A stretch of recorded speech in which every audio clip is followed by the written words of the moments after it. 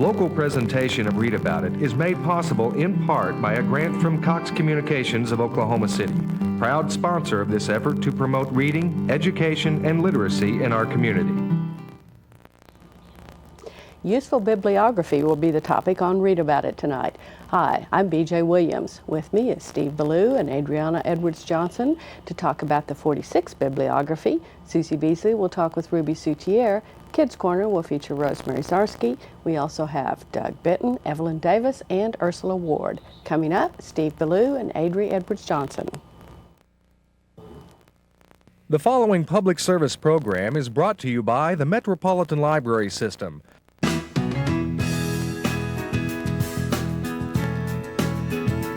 And now, Read About It, with your host, B.J. Williams.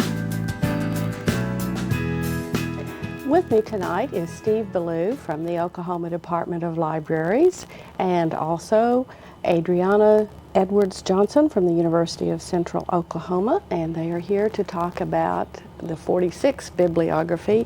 And I'm going to start out by saying, what is the 46 bibliography? Amy? The 46 bibliography is a project that Steve and I did together. It was initially Steve's idea, and what we've done is we've gone through federal documents since statehood and have found the top 46 that we feel have had the most impact and concerned Oklahoma the most. Okay, so what the bibliography is really is a list of these documents? It's a list of these documents, and Steve, I helped Steve select them, and then Steve annotated them, so it gives you a little snippet about each book or document, and then hopefully someday we'll have them digitized so everyone can access them. Oh, neat. But in the meantime, what you've got is a list that tells you what are the most important documents. Now, are these state documents or federal documents? They're federal documents concerning Oklahoma. Okay.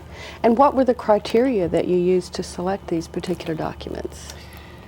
Well, it's easier to talk about what's not in there, because what's not in there are the organic acts that made Oklahoma a state from the Union of Indian Territory and Oklahoma Territory, and also any federal documents about the Indian Wars within our state. Now, hopefully, if all goes well with the 46 project of bibliography, then we'll generate later bibliography or two about each of those two types of publications that were left out. But since the organic acts of this state are so well known, we thought to leave them out, and since documents about the Indian Wars in our state are so well known, we thought to leave them out and pick them up later and do these things that are important but that most Oklahomans don't even know about, and if they know about maybe just a few of them, they don't even realize they're federal government publications. Okay, so these are actually publications that one way or another you can access. Not necessarily, you can't maybe go online and get it, but if you have this book, you can go perhaps to the Oklahoma Department of Libraries and say, I'd like to see a copy of this. They're in several places. Oklahoma Department of Libraries has almost all of these. Oklahoma State University, University of Central Oklahoma, University of Oklahoma Beleu Library. We also have a couple of lending partner libraries in this, because every important publication we found bibliographically we didn't necessarily have. Now, these are loaning partner libraries. They're the Lynchwood Library of East Central University in Ada, who had some rare maps of Indian Territory back before statehood, and University of Oklahoma Beleu Library, who had some rare map atlases. So they're also lending partners in this project, which we hope the project itself, we've done the bibliography. It's the starting point. It's important to just list first what's out there, tell people why they should be interested in it, tell them why it's interesting in the first place, of course, and then between Oklahoma Department of Libraries, my library, and Adri's Library of East Central of University of Central Oklahoma, we hope to divide up who gets to digitally scan these, and then between the two of us we'll put them all up on our websites, and we can a user can flip from one website to the other to pick up which publication is available from which library. Okay. Adri, who do you think might be interested in this kind of bibliography? Really, I think it's something that can appeal to anyone. Elementary schools can use it when they study Oklahoma history, and when I'm from Kansas originally, but I'm sure they teach Oklahoma history in the elementary schools here. College students who are doing research, be it on the Indian Wars, anything Oklahoma related. We cover more than just the traditional things with Oklahoma. People think of oil, but we also cover Indian civil rights, dust bowls, tornadoes, historic tornadoes, and where to go to find information on those, and several other items. It can appeal to anyone who has interest in Oklahoma history. Okay. Now, how can you get a copy of this bibliography? I'm assuming that it's not in every bookstore at this point. Not in bookstores, we're not selling it, but every academic and public library in this state has one. We mailed it to them. So they all have a physical copy. That includes every branch of the Metropolitan Library System. It is also available from an internet site. Shall I just read off the address? Sure. www.odl.state.ok.us/usinfo/pubs, /46questions.pdf. Okay, and if they can't remember that, they can contact any library, and they will either give them that website or tell them, come on down and take a look at it in our library. And now, does the bibliography itself also have information on how to access these documents? Say I pick it up and I find out, wow, I'd really like to find out more about this document. It's just what I've been looking for. Is that book going to tell me how to get that document? Well, it just basically says what I said, that you can approach the 4 major depository libraries of this state, and lesser libraries can get them on interlibrary loan from us. Now, the historical maps and atlases are in too bad a shape to loan, so they would have to be used, say, at the Beleu Library in Norman or at the Linshed Library in Ada if you wanted to use those historic maps and atlases. But the other things are in fairly good enough shape. They can be loaned in the meantime. It sounds like you're dealing with fairly original documents then for a lot of this. These are primary resources, and students who do History Day presentations and then take them on state and national level can actually use these as primary resources in their presentations, which is just wonderful. That's neat. Well, and it sounds like it would cut out an awful lot of time if you knew this was available and knew you were searching a particular aspect of Oklahoma history. You go right to this thing to find out some basic research. Yeah. For example, we have all the reports of the territorial governors in here. That's 1891 through 1907. 1891 is the earliest publication that's included in here. Of course, one of the earliest publications concerning our state, published by a federal government agency anyway. Okay, so if I wanted to know what was going on in Oklahoma Territory in 1900, I can go right there, right? And you will that will lead me to the territorial governor's report for that year. And those governor's reports have a lot of information about what was going on in the state. They're not just administrative reports, because they try to give a profile of what, let's not say the state, but the territory was like at that time. It sounds really great, and I think you all have done a tremendous amount of work on this. I wish we'd had time to get into more of how you actually put it together, but I think letting people know that the 46 bibliography is here is really great, and I want to thank you all for being with us today. We've had Steve Beleu from the Oklahoma Department of Libraries and Adri Edwards-Johnson from the University of Central Oklahoma talking about the 46 bibliography, which you can find at any library in the state of Oklahoma. Coming up next, we have Susie Beasley. She'll be talking with Ruby Soutier about a book I think you'll all enjoy. Ruby, what's with this title, Second Time Around, by Katie Ford? Well, obviously, it's a play on words, but let me tell you how this book opens. I had to write this down and bring it in. Okay. This is how the book starts. Well, are you going to come in or just stand there in the doorway with your trug looking picturesque? Perdita was almost paralyzed with shock and confusion. How could short, plump, amiable, and easygoing Enzo have almost overnight turned into the tall, black-browed monster she had divorced 10 years before? Somehow she got herself across the threshold. This is how the book opens. This is definitely a play on words. Perdita is an organic vegetable gardener. And her largest customer is a restaurant called Grantley House.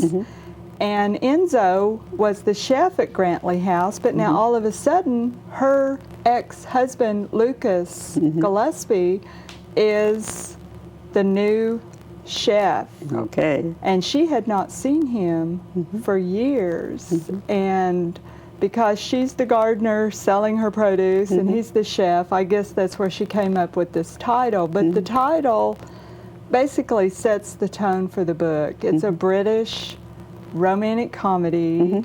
It is interplay between Lucas and Perdita, and it is really funny. It has a lot of good secondary characters. It has Kitty, who is an elderly lady that is Perdita's neighbor and mentor and best friend, and almost like a second mother, since Perdita's own parents are always out of the country on trips and things. And then there is Janie, who is Lucas's assistant in the kitchen at the restaurant. So what did you like best about this book? What I like best about this book is all of the hilarious interplay and interaction and sparks flying between Lucas and Perdita. It is really, really funny. Really hilarious. It does have a little bit of seriousness in it, so it's not totally giddy and frivolous, but what I like best about it is the comedy. Yeah. So Katie Ford has written 2 other books, Stately Pursuits and Life Skills. We don't have a lot of background on it, but it sounds like with her doing second time around, the other 2 are probably just as readable. They may be. Well, we really appreciate you coming and sharing with us, Ruby. Second Time Around by Katie Ford. This is brand new and it's available at your local library and perhaps your local bookstore. And we'll see you next time. Thank you, Ruby. Thanks, Ruby and Susie. We'll be back in just a moment. There are millions of websites on the internet, more than 800 million web pages, and thousands of search engines.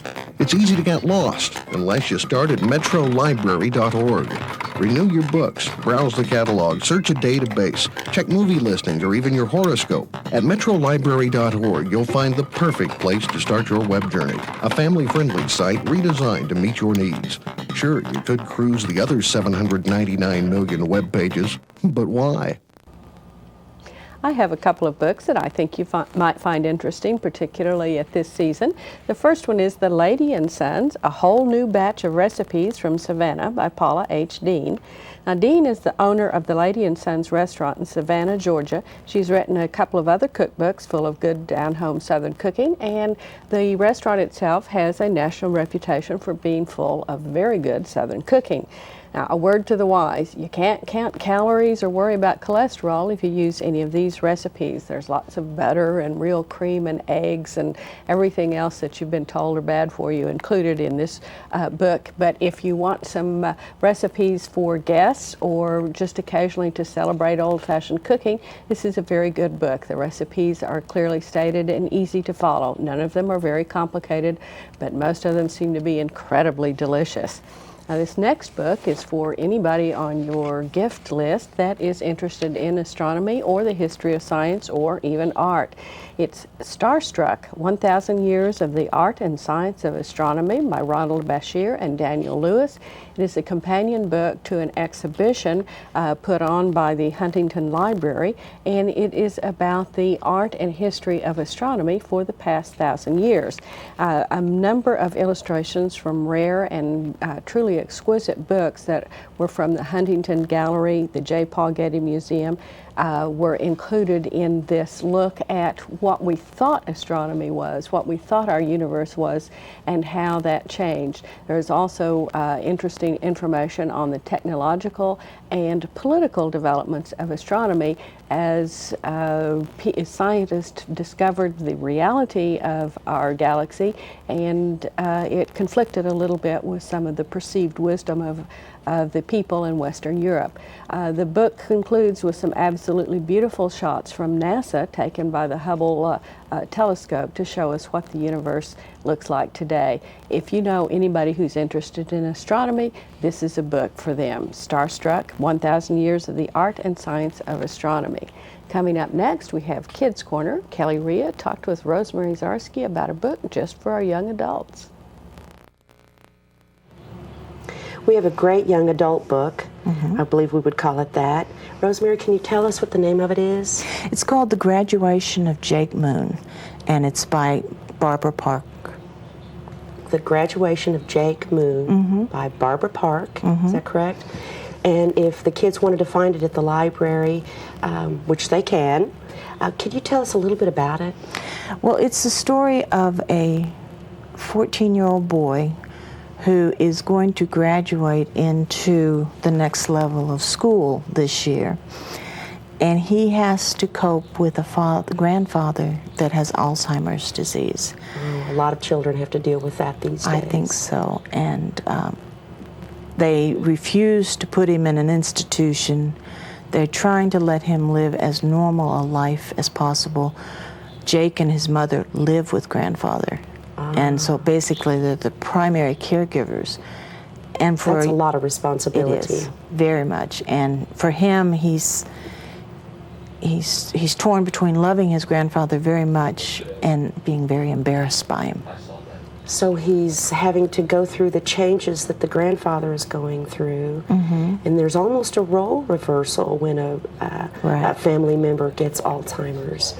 Totally, because where grandfather diapered and clothed him when he was a baby, now he has to clothe and make sure grandpa is dressed properly. And fed cared for and watched after. And constantly. And so is he handling that okay? Is he glad to be almost the grown-up with grandpa, or is it hindering him in his relationships with his friends?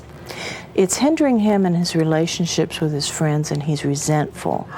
He's becoming more and more resentful that his whole free time is taken up with Grandpa.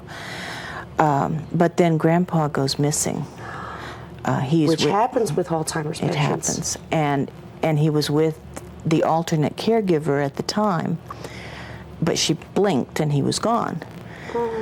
And Jake has to come to realization of what he truly feels about the whole situation. And it's a coming of age for Jake Moon. And the graduation, will his grandfather be allowed to come or not? That is the question. Well, why do you think kids would enjoy reading this book?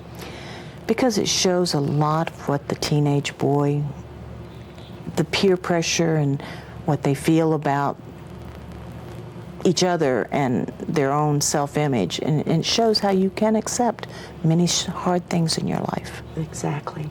This book is available at your local library or at your favorite bookstore, and according to Rosemary, you should read it. Thanks, Kelly and Rosemary. It's time now for the New York Times bestseller list. We'll start out with hardback fiction. Number 10 on that list is Black House by Stephen King and Peter Straub. Journey Through Heart Songs, written and illustrated by Maddie Stepanek. Midnight Bayou by Nora Roberts. Blood and Gold by Anne Rice. A Bend in the Road by Nicholas Sparks. Isle of Dogs by Patricia Cornwell. The Corrections by Jonathan Franzen. The Sigma Protocol by Robert Ludlum. Number 2 is The Kiss by Daniel Steele. And number 1 is Desecration by Tim LaHaye and Jerry Jenkins. On the nonfiction list, number 10 is Q by Quincy Jones. War in a Time of Peace by David Halberstam. The Wild Blue by Stephen Ambrose. Crossing Over by John Edward. Islam by Karen Armstrong, John Adams by David McCullough, Germs by Judith Miller, Stephen Engelbert, and William Broad, The Final Days by Barbara Olson. Number 2 is Jack, Straight from the Gut by Jack Welch with John Byrne, and number 1 is The No Spin Zone by Bill O'Reilly.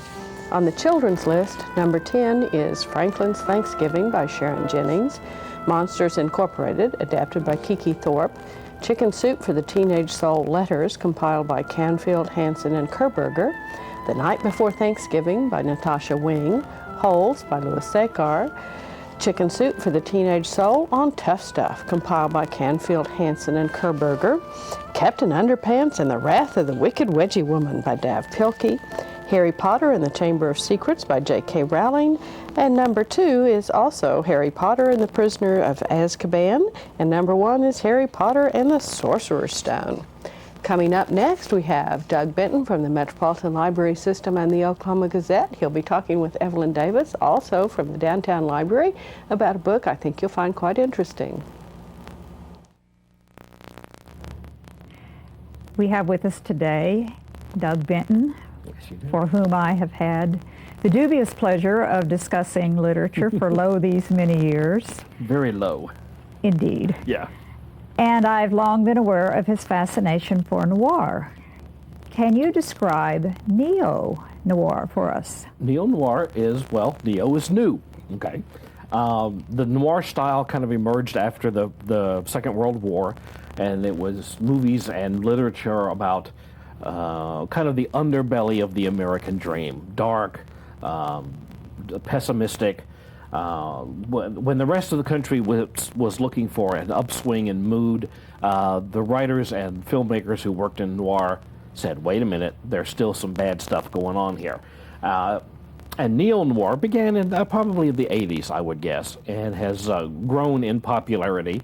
And it not only brought back some of the older material so that we could read it again or see it again, but also a new group of filmmakers and writers started writing noir material today. And I brought a couple of examples. One, Florida Roadkill by Tim Dorsey is actually one of the funniest books I have read in a good many years. Dorsey was a reporter for the Tampa Tribune for many years in Florida. And like some of the other Florida writers, when he turned to writing crime fiction, he's writing about some pretty wacky characters. I think Elmore Leonard began writing about Florida criminals, and he was followed by Carl Hyacin and a few other people. And now along comes Dorsey.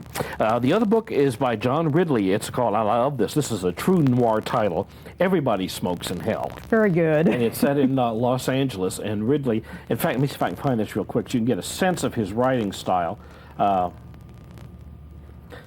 Any similarities between the miscreants in this story and the actual insipid degenerates who populate the city I hate, etc., meaning Los Angeles.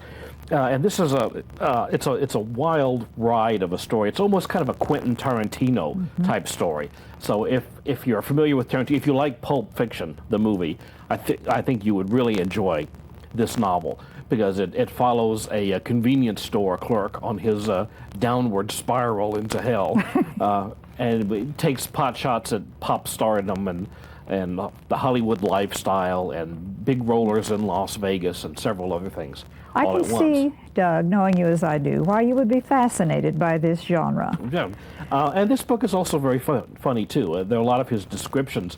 He describes one female clerk in a convenience store as white trash, and then he defines what that is as he goes through it.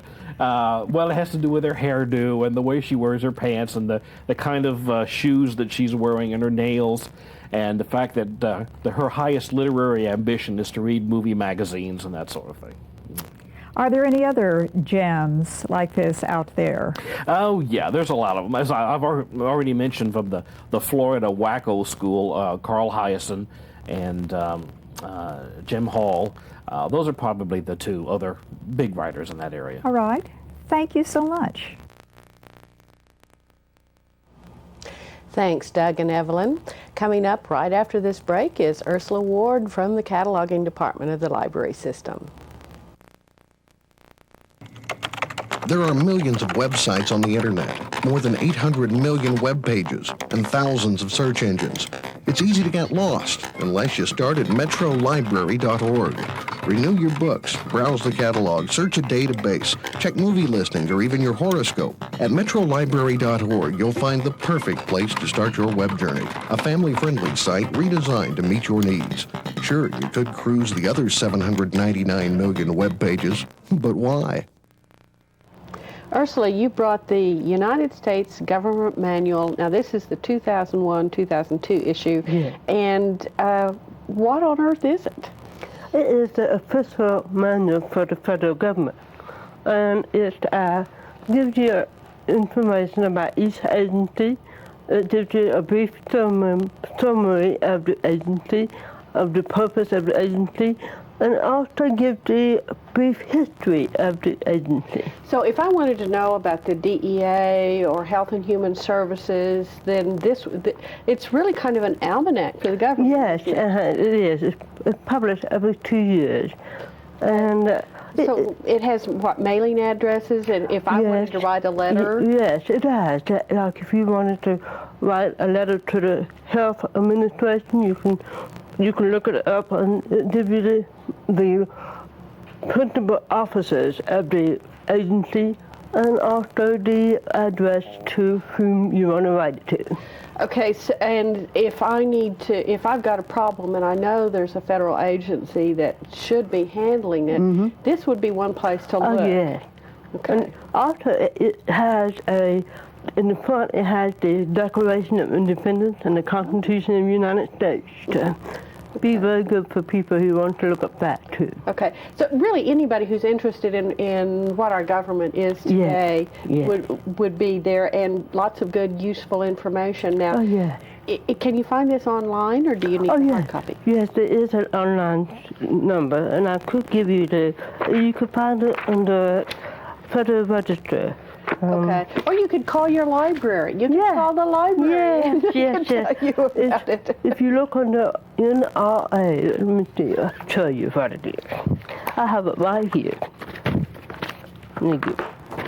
If you can give it that number. Okay. www.nara.gov/FEDREF. Yes. REG. Yes. Or, as I said, call the library. I'm assuming that most of the libraries in our system have a copy of that book. Oh, don't yes. they? Most of the branches do.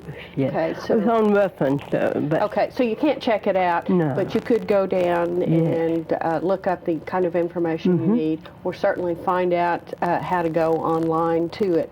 And now, is it arranged alphabetically in there, or? Well, it's arranged by the agencies. It's more like Department of Labor. It's pretty well indexed, though, so you can find it indexed. But like the legislature is first. Okay. Like the Senate.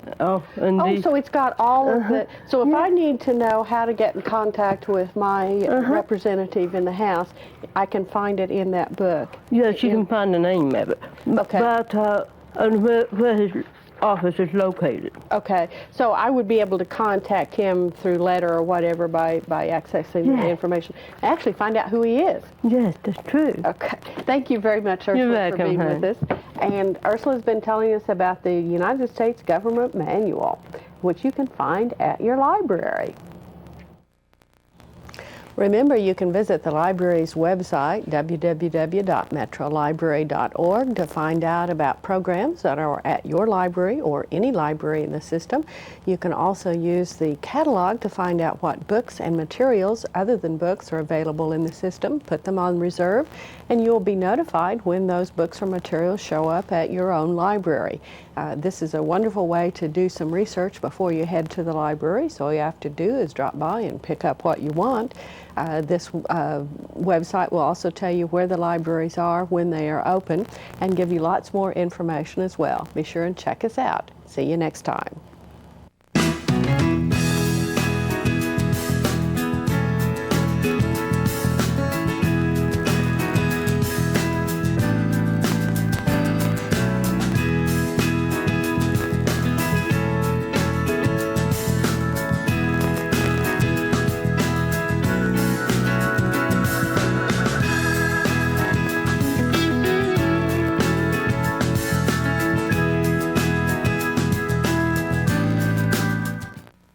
Local presentation of Read About It is made possible in part by a grant from Cox Communications of Oklahoma City, proud sponsor of this effort to promote reading, education, and literacy in our community.